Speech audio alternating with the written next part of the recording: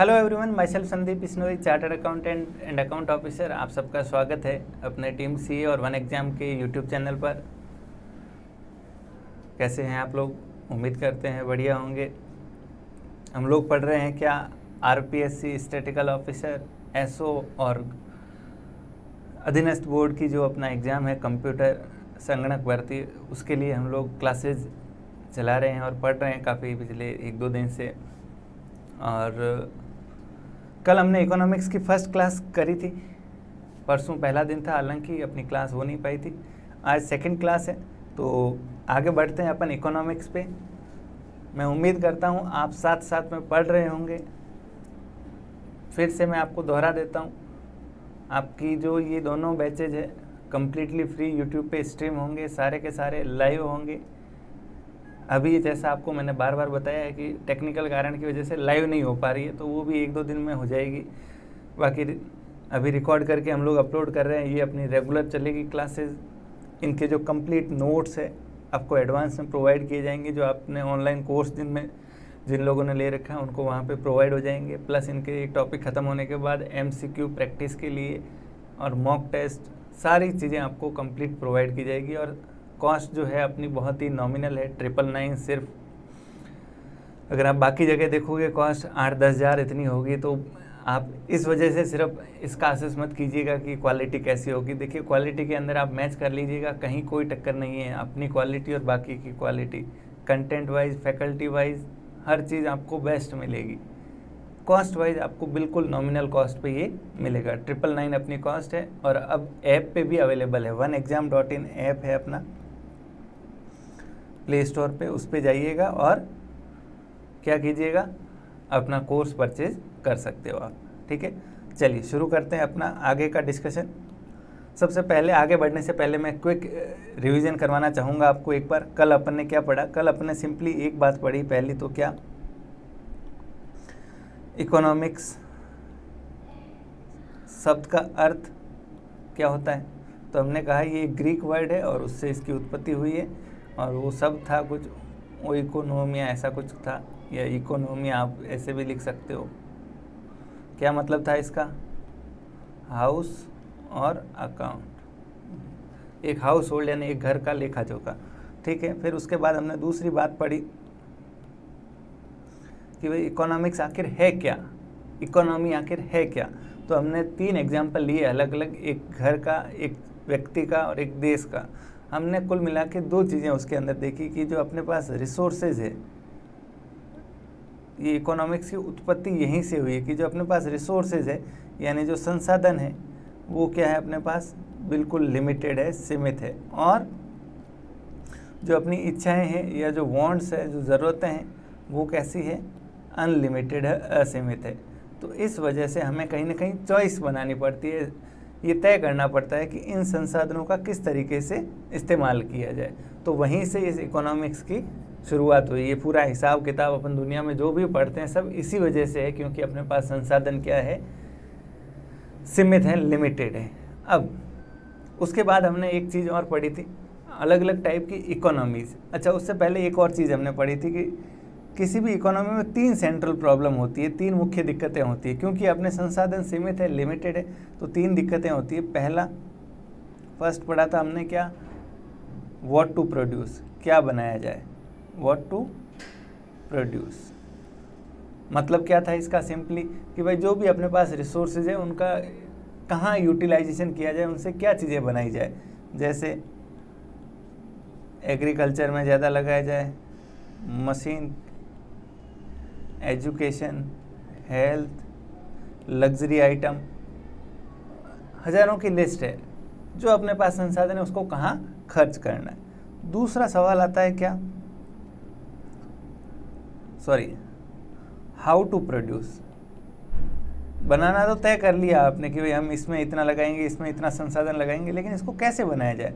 तो इसमें हमने मेन 2 चीज़ें पढ़ी थी। एक तो कैपिटल इंटेंसिव टेक्निक, मतलब जहाँ पूंजी का यानी मशीनें और इन चीज़ों का ज़्यादा इस्तेमाल होता है। एक होता है लेबर इंटेंसिव, जहाँ लेबर, मजदूर का ज़्यादा उपयोग होता है। तो दोनों तरीके हैं, आप दोनों का कोई रेशियो भी कर सकते हो, 50-50, कैसे भी करके आपको गुड्स बनाना है। और तीसरा डिसीजन लेना होता है क्या, फॉर होम टू प्रोड्यूस, किसके लिए बनाया जाए। भाई जो भी अपन सामान बना रहे हैं किसके लिए बना रहे हैं। एक तो ये हो कि भाई जो भी खरीदार है उसके लिए बनाएं, दूसरा ये हो सकता है कि नहीं भाई सबको बराबर मिले, इस तरीके से बनाएं ताकि सबको बराबर मिले। तो उनकी कीमतें भी आपको एक लिमिट में रखनी पड़ेगी ताकि सब लोग क्या कर सके, खरीद सके। तो किसी भी देश के अंदर, किसी भी इकोनॉमी के अंदर, क्योंकि उनके संसाधन सीमित है, बात को समझना, इस वजह से हमें ये 3 निर्णय लेने पड़ते हैं, क्या बनाया जाए, कैसे बनाया जाए और किसके लिए बनाया जाए। ठीक है। फिर दूसरी बात इसी के आगे हमने पढ़ी कि 3 तरह की इकोनॉमी होती है, 3 तरह की अर्थव्यवस्थाएं होती है दुनिया के अंदर। पहली मार्केट इकोनॉमी, बाजार अर्थव्यवस्था जिसको कहते हैं। दूसरी कंट्रोल्ड या सोशलिस्ट, और तीसरी होती है मिक्स्ड अर्थव्यवस्था। क्या है तीनों? तो मार्केट का मतलब हमने कहा कोई भी ऐसी अर्थव्यवस्था जो पूरी बाजार के ऊपर चलती है, मतलब वहाँ पे किसी का कोई कंट्रोल नहीं है, वहाँ की सरकार का कोई नियंत्रण नहीं है, मतलब लोग बिल्कुल आज़ाद है, क्या बनाना है, कैसे बनाना है, किसके लिए बनाना है, सब कुछ डिसीजन कौन लेता है? बाजार तय करता है। किसी भी प्रोडक्ट की प्राइस कौन तय करता है? बाजार में जो डिमांड और सप्लाई है वो तय करते हैं। मतलब आपके ऊपर कोई रेस्ट्रिक्शन नहीं है, सिर्फ पूंजीवादी अर्थव्यवस्था इसको बोलते हैं, जहाँ पूंजी का बोलबाला होता है, जहाँ पैसे का बोलबाला होता है। जिसके पास पैसा है वही वहाँ का किंग है, वो तय करेगा क्या बनाना चाहिए मुझे, किसके लिए। कोई प्राइस को लेकर रेस्ट्रिक्शन नहीं कि भाई सबको मिलना चाहिए, गरीबों तक पहुँचना चाहिए, ऐसा वहाँ पे कोई कॉन्सेप्ट नहीं। ठीक है। अब जैसे इंडिया के अंदर अगर आप देखोगे तो नमक, आटा, खाने पीने की चीज़ों पे 0% टैक्स है, बाकी वालों पे ज़्यादा है। क्यों? सरकार चाहती है कि एक सस्ते में मिले। वहाँ पे ऐसा कुछ नहीं है, वहाँ सब बराबर है।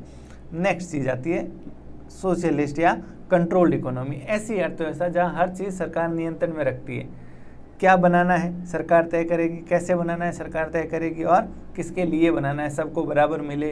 ठीक है।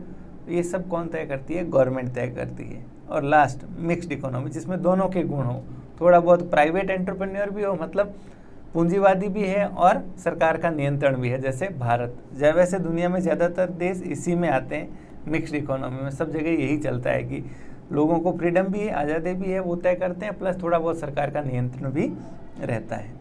तो ये तो था कल तक का रिवीजन। अब आगे बढ़ते हैं और समझते हैं कुछ और कॉन्सेप्ट, बेसिक कॉन्सेप्ट।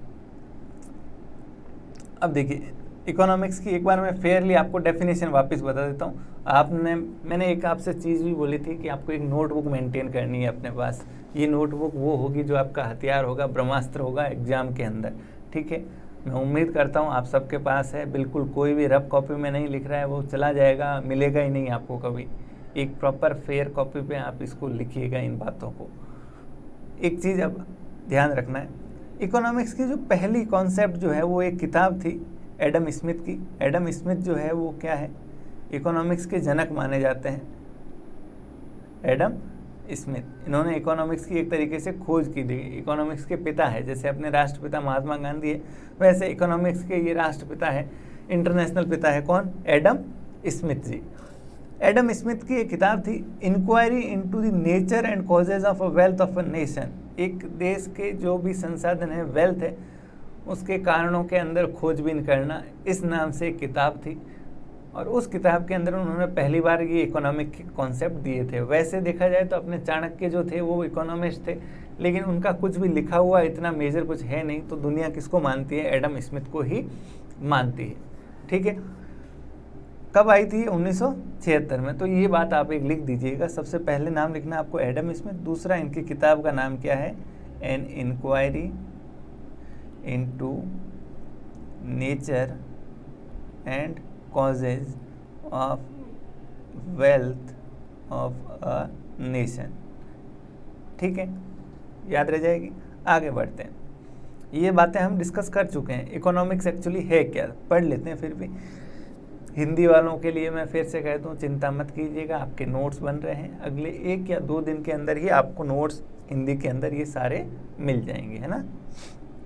और मैं दोनों साथ में यूज़ करूँगा, हिंदी और वो। देखिए क्या है economics? Study of scarcity. Scarcity मतलब कमी किसी चीज़ की। चॉइस, यानी चॉइस का मतलब तो आप जानते हो, एक तो कमी है अपने पास, दूसरा चॉइस मतलब अलग अलग चीज़ें हैं करने के लिए। हमने एग्जांपल लिया था, बर्थडे पे 1000 रुपये मिले, उसको अब कहाँ खर्च करना है, आपके पास अलग अलग चॉइसेस है।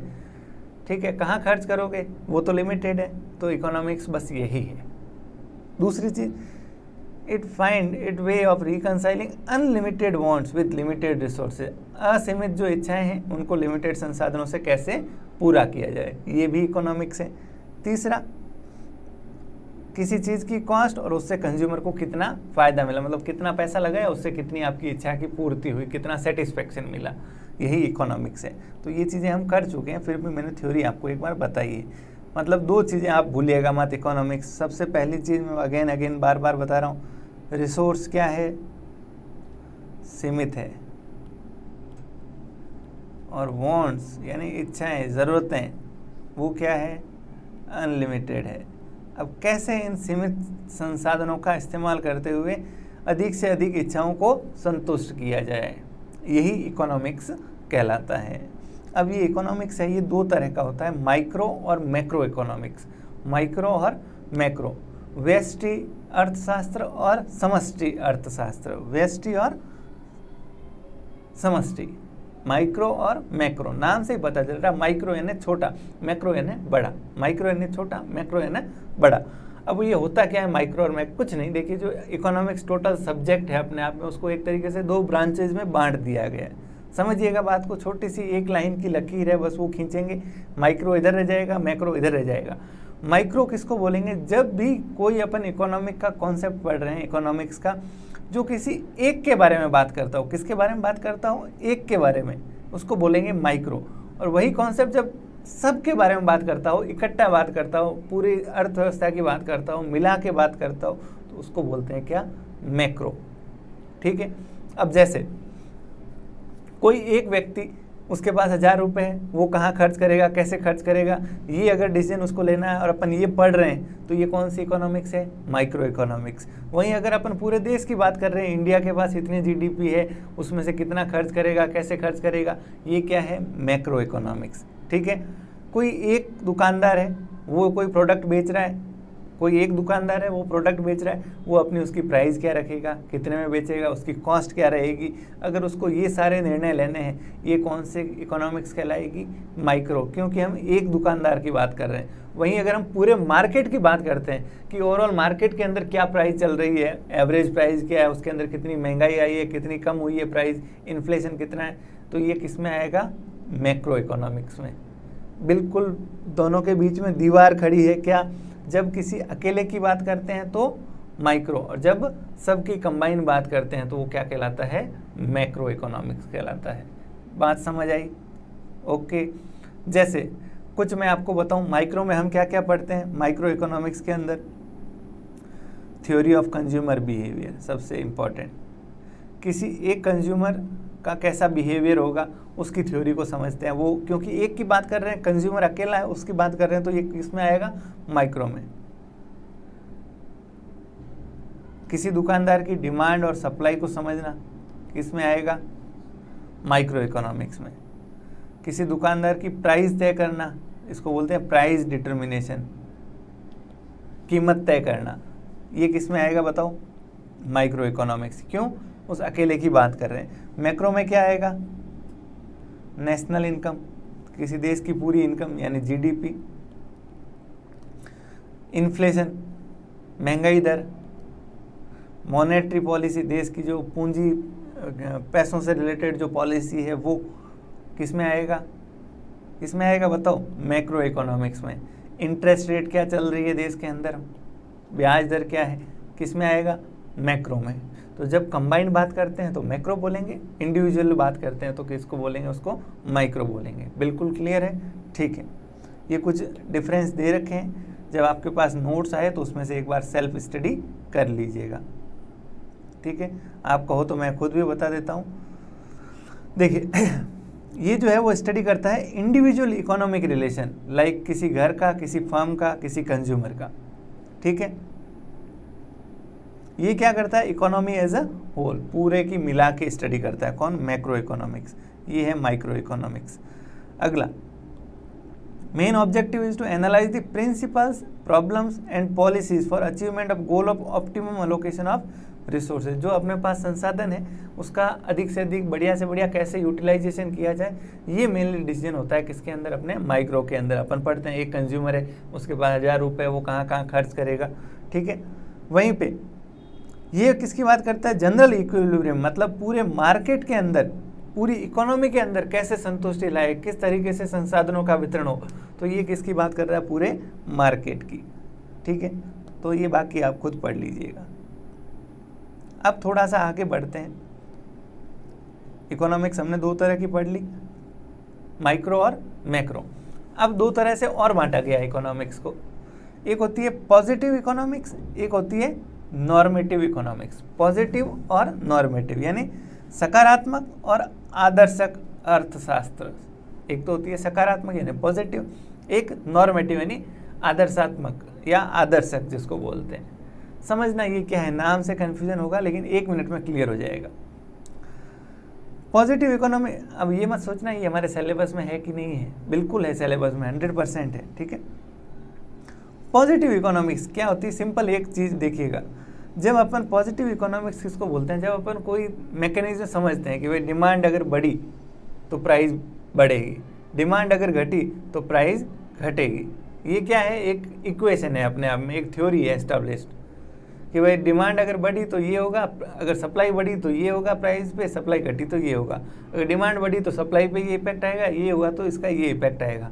ये जो एस्टैब्लिश जितनी भी थ्योरीज है, ये जो पढ़ रहे हैं, ये सब किस में आता है, पॉजिटिव इकोनॉमिक्स में। इसमें हम क्या पढ़ते हैं, हाउ डिफरेंट मैकेनिज्म फंक्शन, जो अलग अलग मैकेनिज्म हैं वो कैसे काम करते हैं, कैसे कार्य करते हैं। जैसे अगर डिमांड बढ़ती है तो उसका इम्पैक्ट प्राइस पे ये आता है, या प्राइस बढ़ती है तो उसका इम्पैक्ट डिमांड पे ये आता है। ये जो स्टडी है ये क्या कहलाती है, पॉजिटिव इकोनॉमिक्स।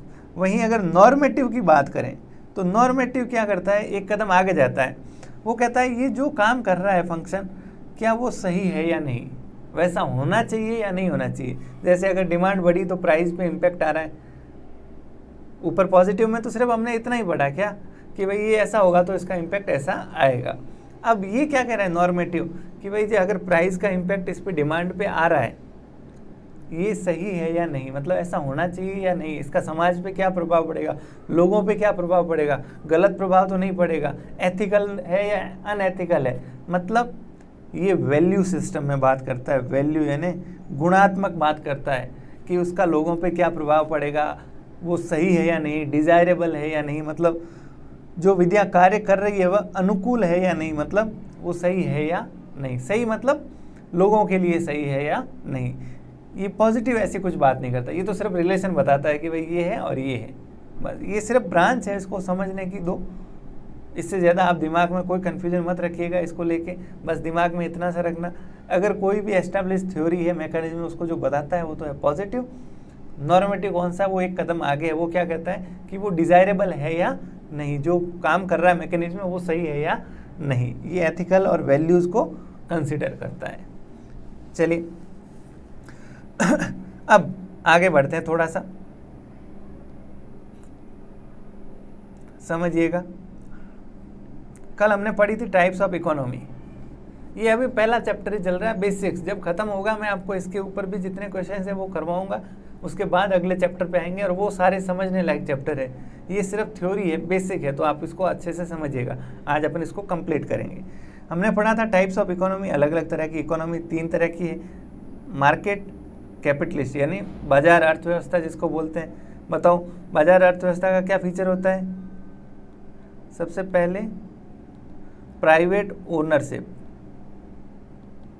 ऑफ रिसोर्सेज, मतलब जो संसाधन है वो किसके पास होते हैं, प्राइवेट, मतलब लोगों के हाथ में होता है। ABCD सब ये होल्ड कर रहे हैं अपने आप।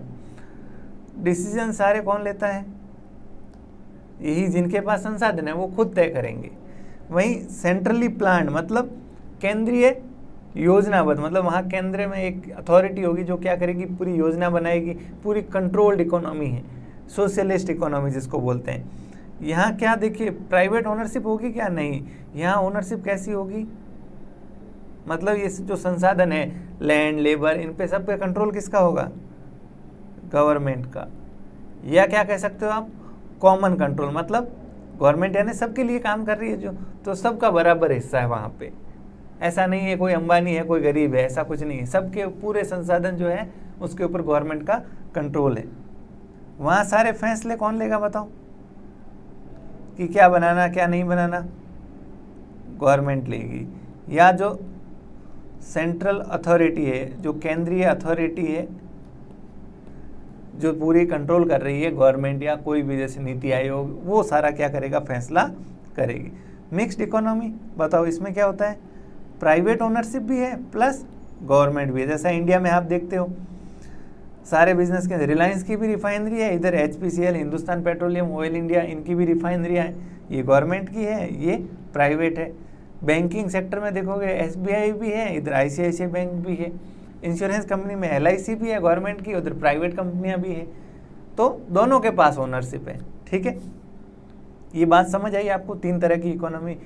नाम से पता चल रहा है, मार्केट यानी बाजार, उसमें कोई कंट्रोल नहीं, पूरा कौन चलाता है, बाजार चलाता है। कैपिटलिस्ट होती है, पूंजीवादी होती है, लोगों के पास सारी संपत्तियां होती है। वहीं दूसरी इसकी अपोजिट विपरीत होती है, सेंट्रली प्लांट, जिसके अंदर सारा कुछ गवर्नमेंट का कंट्रोल होता है, गवर्नमेंट की ओनरशिप होती है। अब हमने 3 मुख्य प्रॉब्लमें पढ़ी थी किसी भी इकोनॉमी के अंदर। व्हाट टू प्रोड्यूस, क्या बनाया जाए, हाउ टू प्रोड्यूस, कैसे बनाया जाए, and for whom to produce, किसके लिए बनाया जाए। पढ़ा था बिल्कुल ये चीज़। हाँ, ये क्यों आती है तीनों दिक्कतें, क्योंकि अपने पास संसाधन कम है, तो ये तय करना है क्या बनाए, किसके लिए बनाए और कैसे बनाए। अब अगर मार्केट इकोनॉमी है, समझिएगा, मतलब पूंजीवादी या बाजार अर्थव्यवस्था जिसको कहते हैं, बताओ वहाँ ये कौन तय करेगा कि क्या बनाया जाए। एक पूंजीवादी अर्थव्यवस्था में, एक कैपिटलिस्ट इकोनॉमी के अंदर ये कौन तय करेगा कि क्या बनाया जाए, अपने रिसोर्सेज को कहाँ इस्तेमाल किया जाए, बताओ कौन तय करेगा, मार्केट तय करेगा। मार्केट यानी प्राइवेट सेक्टर, यानी जिनके पास क्या है, संसाधन है, जिनके पास वो रिसोर्सेज है जो मालिकाना है। मान लो मेरी ज़मीन है पूरी 100 बीघा, तो ये मैं ही तय करूंगा कि मैं इस ज़मीन पे क्या करूं, फैक्ट्री लगाऊं, चाहे बम गोले बनाऊं, चाहे बारूद बनाऊं, चाहे जो बनाऊं, ठीक है। क्या गवर्नमेंट का कोई कंट्रोल है यहाँ पे, नहीं, ठीक है। कैसे बनाऊं बताओ, ये कौन तय करेगा, ये भी वो प्राइवेट एंटरप्रेन्योर जो मालिक है वही तय करेगा। क्या सरकार कहेगी कि भाई इसमें मजदूर लगाओ, रोजगार दो उनको, नहीं, मैं चाहे तो मशीन से बनाऊं, चाहे जैसे बनाऊं। किसके लिए बनाऊं, तो जो कस्टमर है, जो मुझे लगता है मेरे प्रोडक्ट को खरीदेगा, मैं उसके लिए बनाऊंगा। क्या कोई प्राइस को लेके रेस्ट्रिक्शन होगा, तो प्राइस बिल्कुल मैं फ्री हूँ, खुद डिसाइड करूँगा, चाहे जितना महंगा बेचूँ, एप्पल फ़ोन चाहे जितने में बेचे, कोई मतलब नहीं है सरकार को। वहीं अगर प्लान्ड है यानी कंट्रोल्ड इकोनॉमी है, बिल्कुल वहाँ पे नियंत्रण है, बताओ क्या बनाना चाहिए, कौन तय करेगा। 100 बीघा ज़मीन क्या कोई एक आदमी रख सकता है ऐसी इकोनॉमी के अंदर। जैसे चाइना में पहले ऐसा था काफ़ी सिस्टम सोशलिस्ट वाला, अब तो हालांकि कम हो गया, जहाँ सरकार का पूरा नियंत्रण था। तो कौन तय करेगी, गवर्नमेंट तय करेगी, या वो जो सेंट्रल अथॉरिटी है वो तय करेगी। कैसे बनाना, सेम यही तय करेगी। किसके लिए, यही तय करेगी भाई सबको बराबर मिले, सबको अनाज मिले, सबको बराबर ज़रूरत की चीज़ें मिले, तो ये इंश्योर करते हुए ये तय करेगी। और मिक्स्ड में दोनों मतलब गवर्नमेंट भी और प्राइवेट सेक्टर भी। अब जैसे इंडिया है तो ज़मीन है मेरी 100 बीघा, तो मैं चाहे जो करूं, लेकिन सरकार के नियमों में रहते हुए, तो सरकार भी कहीं ना कहीं थोड़ा बहुत कंट्रोल कर रही है। ये चीज़ क्लियर है, ओके, ठीक है। मैं उम्मीद करता हूँ आपको समझ आया होगा, नहीं आए तो आप प्लीज़ मेरे तक पहुँचाइएगा बात, ताकि अपन इस पर कुछ काम कर सकें। अब देखिए एक और कॉन्सेप्ट आता है, PPF, प्रोडक्शन पॉसिबिलिटी फ्रंटियर, या कर्व भी कह सकते हो। प्रोडक्शन पॉसिबिलिटी कर्व, हिंदी में क्या कहते हैं इसको, सीमांत उत्पादन संभावना। क्या कहते हैं, सीमांत उत्पादन संभावना क्या होता है ये देखिए समझिएगा। एक छोटा सा एग्जांपल लेते हैं। मान लो अपने पास जो रिसोर्सेज है वो क्या है। ये तो हिंदी इतनी खराब हो गई है, वैसे मैं हिंदी मीडियम से हूँ प्योर, लेकिन हिंदी छोड़ दी, लिखना तो खराब हो गया पूरा मामला। रिसोर्सेज अपने क्या है, सीमित है, एकदम लिमिटेड है। समझिएगा, मान लो मेरे पास इतने संसाधन हैं कि मैं क्या कर सकता हूँ, या तो उससे एप्पल खरीद सकता हूँ, कितने 10, या मैं क्या कर सकता हूँ, बनाना खरीद सकता हूँ, कितने 20। अगर मेरे पास जितने पैसे सारे मैंने लगा दी, या तो 10 सेव या 20 बनाना है। ओके, क्या मैं दोनों खरीद सकता हूँ, 10 सेव और 20 एप्पल? नहीं, इतने मेरे पास संसाधन नहीं है, वो सीमित है, लिमिटेड है, पैसे इतने ही है, मैं यही कर सकता हूँ। तो अब आता है किसका रोल, प्रोडक्शन पॉसिबिलिटी फ्रंटियर। देखिएगा, इधर तो मैंने लिख दिया एप्पल, इधर लिख दिया मैंने बनाना। फर्स्ट ऑप्शन, या तो मैं क्या कर सकता हूँ, 10 के 10 एप्पल लूँगा तो मेरा बनाना कितना होगा, 0 होगा। क्या मैं कुछ भी बनाना खरीद पाऊँगा? जी नहीं। दूसरा ऑप्शन मेरे पास क्या है, मैंने एप्पल को 9 कर दिया, 1 एप्पल पर कम परचेज किया, मैं 2 बनाना परचेज कर सकता हूँ। तीसरा, मैंने 8 ही परचेज किया सेव, तो मैं बनाना कितने परचेज कर सकता हूँ, 4 परचेज कर सकता हूँ। पांचवा ऑप्शन, इसको मैंने 7 ही परचेज किया, तो मैं ये क्या कर सकता हूँ, 6 ये बनाना परचेज कर सकता हूँ। और इस तरीके से मान लो मैं ये 3 ही परचेज करता हूँ, 3 ही परचेज करता हूँ, तो ये मैं कितना परचेज कर सकता हूँ, बताओ कितना होगा, बताओ।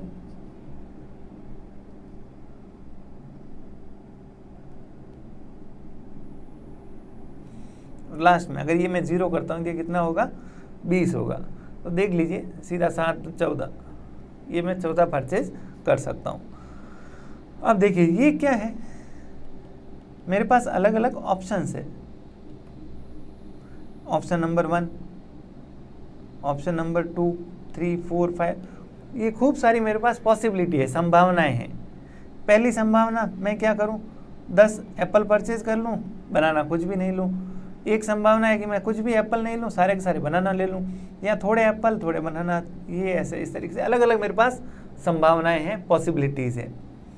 तो बस इन्हीं पॉसिबिलिटीज़ को अगर अपन एक ग्राफ में लिख देते हैं ना, तो उसको क्या कहते हैं, प्रोडक्शन पॉसिबिलिटी फ्रंटियर।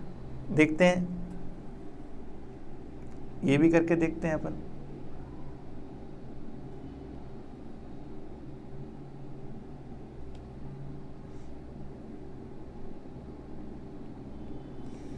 इधर मैंने लिख दिया बनाना, इधर मैंने लिख दिया एप्पल। देखिएगा,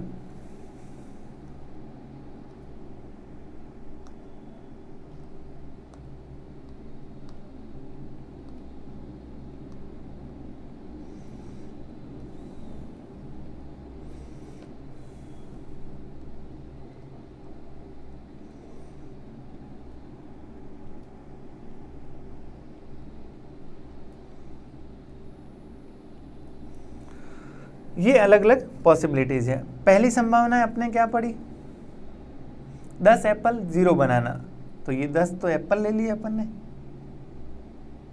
और 0 बनाना कितना आएगा, 0 आएगा। दूसरी संभावना अपन ने क्या ली, 2 तो ले लिए, 9 तो ले लिए एप्पल, और 2 आ गए अपने क्या, बनाना।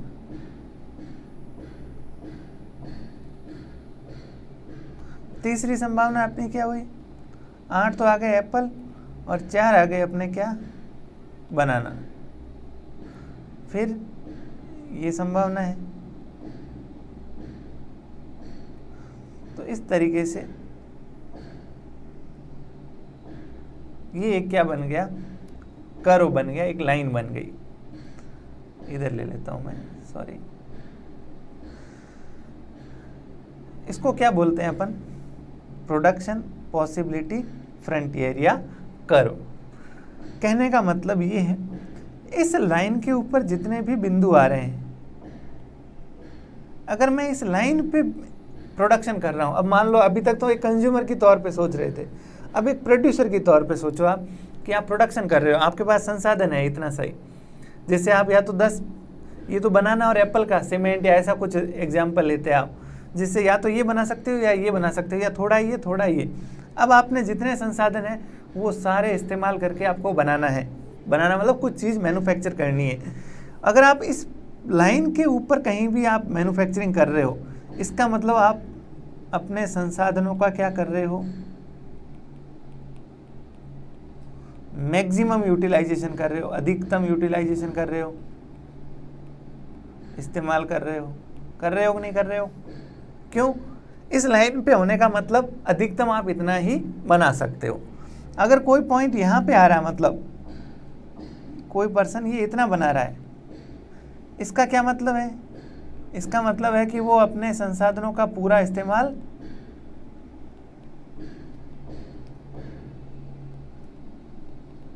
सही से नहीं कर रहा है, पूरा इस्तेमाल नहीं कर रहा है, या तो वेस्ट कर रहा है या फिर कुछ आइडल पड़े हैं उसके पास रिसोर्सेज।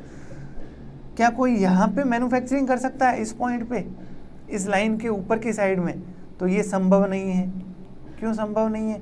इतने हमारे पास रिसोर्सेज ही नहीं है, इतने संसाधन ही नहीं है कि आप 8 तो एप्पल और ये 8 बनाना दोनों परचेज कर सको। बात समझ आई क्या आपको? बात समझ आई? देख सकते हो आप 8 और 8 क्या संभव है क्या इधर? अगर ये 8 लोगे तो ये 4 ही आएगा। क्या ये भी 8 आ सकता है? नहीं, जितने हमारे पास पैसे उससे ये नहीं आ सकता।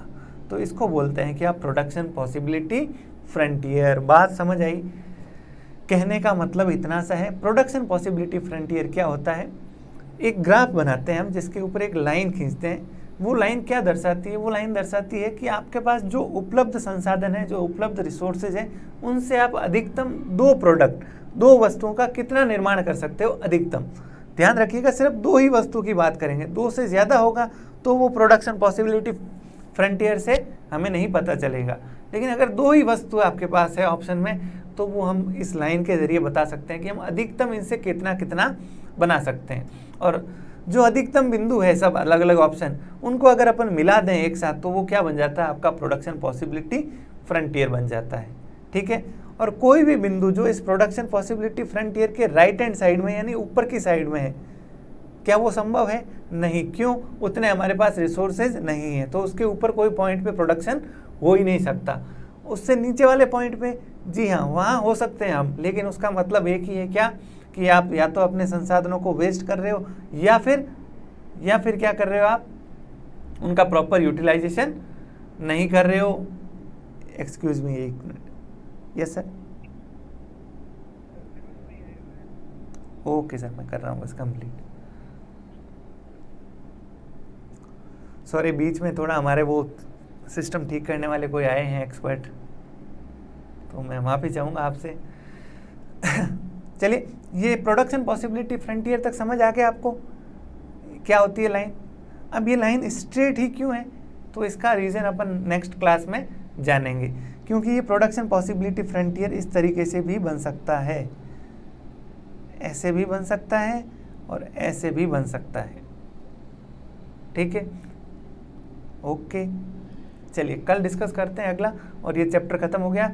कल इसके कुछ अगर MCQs है वो भी मैं आपको करवा दूंगा, फिर अपना नेक्स्ट चैप्टर शुरू करेंगे। मेरी आपसे एक ही रिक्वेस्ट है, ट्रस्ट, फेथ, सबसे पहली चीज़ खुद पे होना चाहिए कि जो आप काम कर रहे हो उसमें आपको सक्सेस मिलेगी। अगर वो फेथ नहीं है, वो काम बंद कर दीजिए आप। अगर ये एग्ज़ाम की तैयारी कर रहे हो तो आपको भरोसा होना चाहिए कि मैं इस एग्ज़ाम में पास होऊंगा। दूसरा, आप जिन टीचर से, जिन संसाधनों से पढ़ रहे हो, आप उनके ऊपर भरोसा रखिए। अगर आप हमारे पास पढ़ रहे हो तो आपको आंख बंद करके भरोसा करना चाहिए जो करवाएंगे आपको 100% कवर करवाएंगे, प्लस बेस्ट करवाएंगे हमारी तरफ से। कोई भी टीचर लाइफ में ऐसा नहीं कर सकता कि वो कुछ गलत पढ़ाए या अपने स्टूडेंट्स को धोखे में रखे। आप समझ रहे हो, बहुत बड़ी बात है ये। तो आप बिंदास होके पढ़िए, बस साथ में जुड़े रहना। हमने कोशिश की है, भले लाइव नहीं हो पाया तो भी रिकॉर्डेड की, एक बार आपका फ्लो बैठ जाए रेगुलर क्लासेस का, दिन में 3 क्लासेस हो, ताकि आप साथ साथ में पढ़ते जाओ। ना आपको आगे जाने की ज़रूरत है, ना ज़्यादा पीछे रहने की ज़रूरत है। बस रोज़ाना जो मैं पढ़ा रहा हूँ 15 मिनट एक बार घर से पढ़ लेना खुद से। NCERT के नोट्स आपको मिल जाएंगे, नोट्स मैं दे दूंगा, और NCERT अवेलेबल है PDF में। तो NCERT से एक बार इस चैप्टर को, पहला चैप्टर क्लास 12th का जो माइक्रो इकोनॉमिक्स है, चाहे आप हिंदी से हो इंग्लिश से हो, पहला ही चैप्टर है, वो हम पूरा डिस्कस कर चुके हैं। आप चाहो तो आज घर पे उसको पढ़ सकते हो, ठीक है।